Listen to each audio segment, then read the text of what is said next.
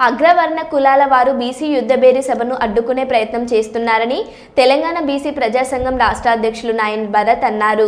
BC యుద్ధబేరి సభను విజయవంతం చేయాలని వరంగల్ ధర్మారంలో మీడియా సమావేశం ఏర్పాటు చేసి నాయన్ భరత్ మాట్లాడుతూ, రేపు బీసీ కులాల హక్కుల కోసం జరుగుతున్న బీసీ యుద్ధబేరిని ప్రతి ఒక్క బీసీ కులస్తులు మద్దతు తెలిపి యుద్ధబేరి సభను విజయవంతం చేయాలని పిలుపునిచ్చారు.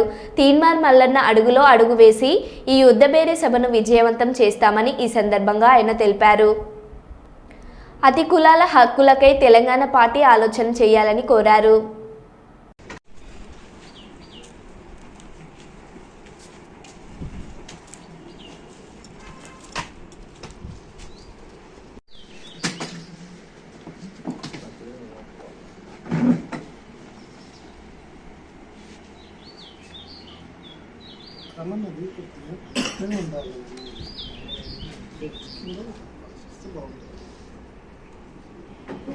అర్థమైందా?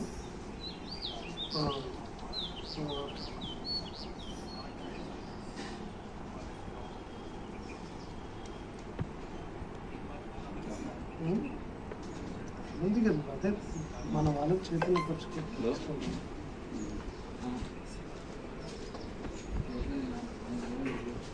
తెలంగాణ బీసీ ప్రజా సంఘం ముఖ్య కార్యకర్తల సమావేశానికి పిలవగానే వచ్చినటువంటి మీ మీడియా మిత్రులందరికీ కూడా నమస్కారం తెలియజేస్తూ, ఇవాళ ప్రధానంగా రాష్ట్రం మొత్తం కూడా వరంగల్ వైపు చూస్తున్న విషయం మీ అందరికీ కూడా తెలుసు.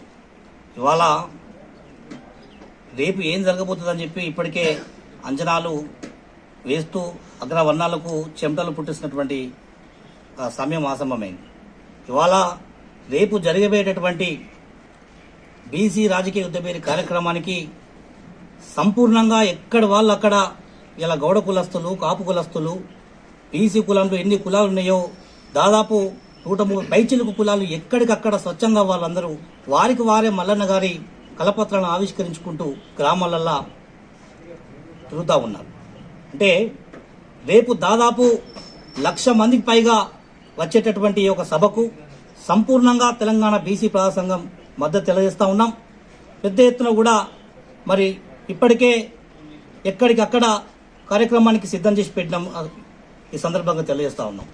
జరిగేటటువంటి కార్యక్రమానికి బీసీలందరూ కూడా, బీసీ నాయకులు, వివిధ కుల సంఘాలు, వక్తలు, కవులు, వివిధ రంగాల్లో ఉద్యోగాలలో పనిచేస్తున్నటువంటి బీసీలు, అణచివేతకు గురినటువంటి బీసీలు, వారందరూ కూడా మరి మన వర్గాల కోసం పోరాటం చేసినటువంటి తీన్మార్ మల్లన్న గారి చేపట్టవే రేపు కార్యక్రమానికి అన్నగారికి అండగా ఉండి వారి కార్యక్రమానికి విజయవంతం చేయాలని చెప్పి మేము పిలుపునిస్తా ఉన్నాం.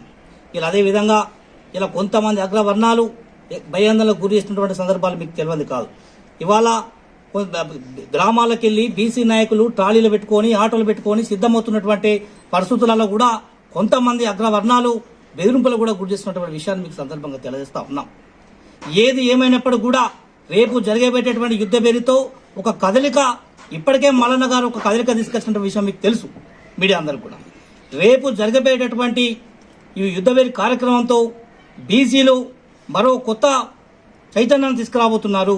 కాబట్టి ప్రభుత్వాలు ఇప్పటికైనా కూడా బీసీల డిమాండ్ నెరవేర్చి మరి బీసీల పక్షాన ప్రభుత్వం పనిచేయాలని చెప్పి కూడా సందర్భంగా తెలియజేస్తున్నాం. ఇలా ఇంకొక విషయం కూడా నేను మాకు తెలియజేసుకున్నాం.